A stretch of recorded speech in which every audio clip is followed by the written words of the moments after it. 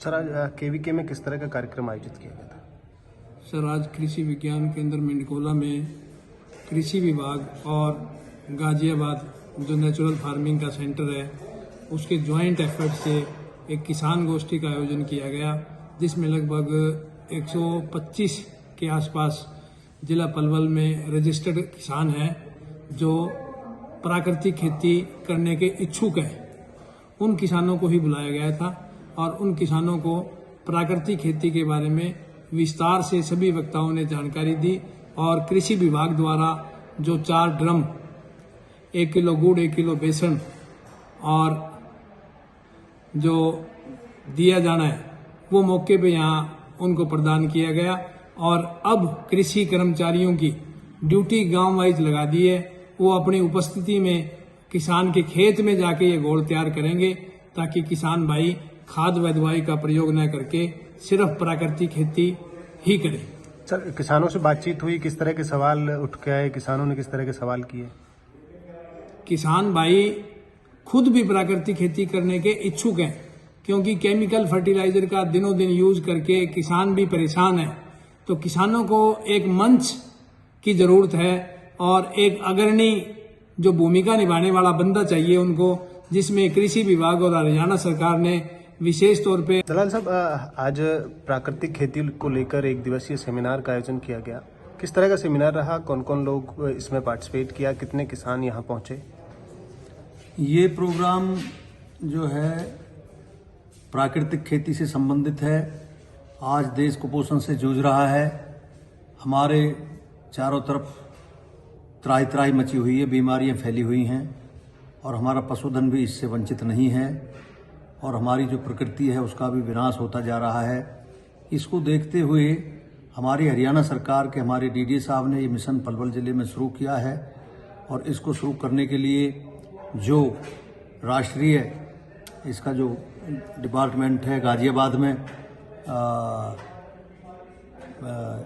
किस तरह का संबोधन दिया, किस तरह के मोटिवेट किया किसानों को, किस तरह से जागरूक किसानों को जागरूक किया गया है कि आप लोग जो है ना रासायनिक उर्वरकों का प्रयोग ना करें और प्राकृतिक खेती करें और गौ आधारित खेती करें, घनजीवामृत से खेती करें और उसी से तमाम खेती को जो खरपतवार और हमारे जो ये जो उसमें कीड़े बीमारी आती हैं उनको कंट्रोल करने के लिए भी इसी तरह के उत्पादों का प्रयोग करें। धन्यवाद। आपका? मेरा नाम देवरतन है। देवरतन जी, आज आप केवीके मेंडकोला पहुंचे हैं। किस तरह का यहाँ सेमिनार आयोजित किया जा रहा है? किस तरह की जानकारी दी जा रही है? हाँ, आज यहाँ पर हम प्राकृतिक खेती के बारे में जानकारी लेने के लिए आए हैं और हमारे पास जो है ये खबर पहुँची थी कि आपको प्राकृतिक जो खेती है वो जो अपनानी चाहिए, क्योंकि रसायन की जो खेती है उससे काफ़ी नुकसान हो रहा है स्वास्थ्य को भी, लोगों को भी और प्रकृति को भी। इसलिए उसके बारे में जानकारी लेने के लिए आज हम आए हैं। किस तरह की जानकारी यहाँ आपको दी जा रही है? यहाँ पे हमें रसायन मुक्त खेती के बारे में जो बताया जा रहा है और इस विषय के जो जानकार हैं हमारे बीच में आज आए हैं कृषि महकमे की तरफ से, और वो हमें इसके बारे में जानकारी दे रहे हैं कि हमें रसायन को छोड़ के, कीटनाशकों को छोड़ के और किस तरह से हम अपनी खेती को सुधार सकते हैं। खाद को लेकर किस तरह की बात की गई? प्राकृतिक खेती में किस तरह के खाद का उपयोग किया जाए? खाद के लिए वो गाय रख के और उससे गोबर से और मूत्र से उन्होंने खाद बनाने की विधि जो हमें बता रहे हैं, और एक गाय से भी कई एकड़ खेती में हम खेती कर सकते हैं। कौन कौन लोग यहाँ पहुँचे हैं? कौन कौन लोग यहाँ आपको मोटिवेट कर रहे हैं, जानकारी दे रहे हैं? यहाँ पे हमारे पलवल के जो विशेषज्ञ हैं वो तो हैं ही, और जो यहाँ पे हापुड़ से उनके कृषि मंत्रालय से भी कुछ विशेषज्ञ आए हैं, वो हमें इसके बारे में जानकारी दे रहे हैं। तो इस तरह के सेमिनार से किसान को किस तरह से फ़ायदा होगा और लोगों को किस तरह से फ़ायदा होगा? जी, मैं समझता हूँ कि रसायनों का जो नुकसान आज देखने को मिल रहा है मनुष्यों के ऊपर और सभी प्रकृति के ऊपर भी, पर्यावरण के ऊपर भी, उसको देखते हुए मुझे लगता है कि हमें रसायनों को जो है छोड़ना चाहिए। चाहे हम धीरे धीरे ही छोड़ें, लेकिन इसे छोड़ने का वक्त आ गया है और उसी विषय पर जो हमारे विशेषज्ञ हैं वो हमें ये जानकारी दे रहे हैं और बहुत अच्छी जो जानकारी वो दे रहे हैं और हमें अच्छी लग रही है। हम इसे ज़रूर अपनाने की कोशिश करेंगे। धन्यवाद। आप सभी को नमस्कार। मैं डॉक्टर अंकित सिंगला, कनिष्ठ वैज्ञानिक अधिकारी। हमारा कार्यालय है भारत सरकार का, जो कि कृषि मंत्रालय के अंतर्गत आता है। क्षेत्रीय जैविक एवं प्राकृतिक खेती केंद्र गाजियाबाद। हम लोग वहाँ से आए हैं और हमने यहाँ आज एक दिवसीय कार्यक्रम जो कि किसानों के लिए भारत सरकार की तरफ से आयोजित किए जाते हैं, तो हमने आज यहाँ पलवल ज़िले में आपका मंडकोला में हमने प्रोग्राम को ऑर्गेनाइज़ किया है, जिसमें हमने किसानों को बताया कि आप प्राकृतिक खेती और जैविक खेती कैसे कर सकते हैं, क्योंकि अभी हमारे प्रधानमंत्री जी श्री नरेंद्र मोदी जी भी चाहते हैं कि देश में प्राकृतिक और जैविक खेती को बढ़ावा मिले, क्योंकि हमने देखा है कि समय के साथ साथ जो रसायनों के जो दुष्परिणाम आए हमारी मिट्टी पे, हमारी फसलों पे, हमारे वातावरण पे, हमारे स्वास्थ्य पे, उसको कम करने के लिए हम कैसे जैविक हो या प्राकृतिक हो, कैसे किसान उसको अपना सकते हैं। हमने किसानों को बताया कि उसके क्या आपको लाभ होंगे। जीवामृत की, जैसे आज के समय में हम सबसे ज़्यादा बात करते हैं कि जीवामृत में किसानों को क्या है, बाहर से कुछ नहीं डालना, वो सब अपने खेत पे कर सकते हैं। इसके अलावा हमने किसानों को बताया कि जो किसान जब जैविक खेती करेंगे या प्राकृतिक खेती करेंगे उनसे उनको क्या फ़ायदा होगा और कैसे वो उसको अडॉप्ट करें, कैसे उसको अपनाएं, जीवामृत कैसे बनाएं। अभी हम एक बना के भी दिखाएंगे किसानों को कि जीवामृत किसान अपने खेत में कैसे तैयार कर पाएंगे। तो इस दौरान किसानों के भी सवाल आपके पास आए, किस तरह के सवाल रहे? हाँ, किसान देखिए, किसानों के बीच में सबसे बड़ा भय पता है क्या रहता है, जब हम कोई जैविक खेती की या प्राकृतिक खेती की बात करते हैं ना, किसानों को लगता है जी मेरी पैदावार ना घट जाए या मैं कैसे कर पाऊंगा। तो उसी के बारे में हमने किसानों को बताया कि देखिए, यदि आपको एक सक्सेसफुल प्राकृतिक खेती करनी है तो आपको गाय का रखना बहुत जरूरी है, जिसमें कि हम देसी गाय बोलते हैं। देसी गाय का गोबर है, उसका गौमूत्र है, गाय के गोबर के अंदर ही आपके ऐसे करोड़ों सूक्ष्म जीव हैं जो कि आपकी मिट्टी में जब जाएंगे तो वह आपकी पैदावार को भी अच्छा करेंगे और बहुत सारी बीमारियों से रोकथाम भी करेंगे। तो किसान का जो मेन डर रहता है वो पैदावार को लेकर रहता है। हमने उन सब चीज़ों को उनको बताया कि इसमें इतना घबराने की जरूरत नहीं है, थोड़ा सा मेहनत लगेगी आपको इस खेती में, बट इसके जो परिणाम होंगे वो बहुत अच्छे होंगे। कोई मैसेज डिलीवर करना चाहेंगे किसानों के लिए?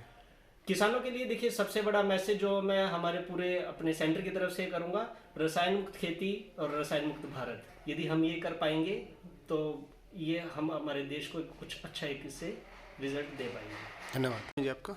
मुझे अतर सिंह के नाम से पुकारते हैं। सर, आज यहाँ केवीके मंडकोला में किस तरह का कार्यक्रम आयोजित किया गया था और किस तरह की जानकारी आप लोगों को दी जा रही है?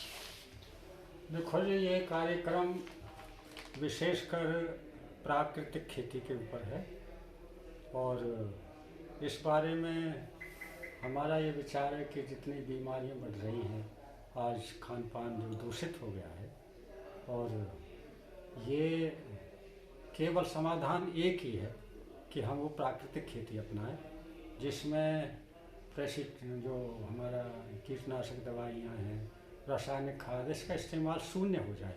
और ये संभव है और मेरी ये दिल से इच्छा है और दिमाग से, दिल से, दोनों से, और मैं कर भी रहा हूँ। मेरा 11 बीघे में बाग लगाया हुआ है जिसमें 500 पौधे हैं मेरे पास, और मैं इसी तर्ज पर खेती कर रहा हूँ। उसमें मुझे सबसे ज़्यादा फायदा मल्चिंग प्रणाली से हुआ है, जिसमें आच्छादन होता है। हम जो खरपतवार होता है ना अपना खेत का, तो उस खरपतवार को हम केवल सुनियोजित करते हैं, उसको बाहर नहीं फेंकते। घास है या कोई भी खरपतवार का जो पौधा है, उसको हम निकाल के उस पेड़ पौधों में ही लगा देते हैं, और उससे क्या होता है कि नमी बनी रहती है और केंचुआ भी जो है ना उसमें सक्रिय रहता है। तो वो हमें जो है ना उसकी ज़रूरत ही नहीं रासायनिक खाद की। और मैं तो ये कहता हूँ कि जो हमारा अवशेष होता है ना, जो फसल का अवशेष, अगर वो हम उसका ठीक इस्तेमाल करें, जैसे पराली है, जैसे पुआल है, तो वो तो एक तरह से खाद लग जाता है, लेकिन हमारा किसान भूल से गलती करता है, उसको जला देता है। तो मैं एक किसान के बारे में आपको बताऊं जो जागरूक था, तो मैंने उससे कहा कि आपने आग क्यों लगा दी खेत में? तो उसने कहा जी ऐसा, इससे साफ़ सफाई से हो जाती है। मैंने कहा देखो इससे बहुत बड़ा नुकसान होता है, और मैं ये कहूँगा कि भाई उससे तुम्हें फ़ायदा क्या है ये बताओ। उसने कहा जी बिल्कुल एक फ़ायदा नहीं है, कि जो हम इसका फुटाव जल्दी ज़्यादा होगा ईख का, लेकिन उसमें मानो 10 गन्ने फुटाव आए, लेकिन अगर हम ना जलाएं तो उसमें 4 गन्ने का फुटाव आएगा, लेकिन वो 4 उस 10 से ज़्यादा वजनदार होंगे। अगर किया जाए तो मैं समझता हूँ कि प्राकृतिक खेती शून्य बजट पर अपने ही एक गाय की जो है पशु, उससे हम कर सकते हैं। और मैं तो ये कर भी रहा हूँ और मेरे पास गाय है, लेकिन मैं चाहता हूँ कि सभी करें इस तर्ज पर, तो क्या बाहर आ जाएगी और बीमारियों से बचेंगे।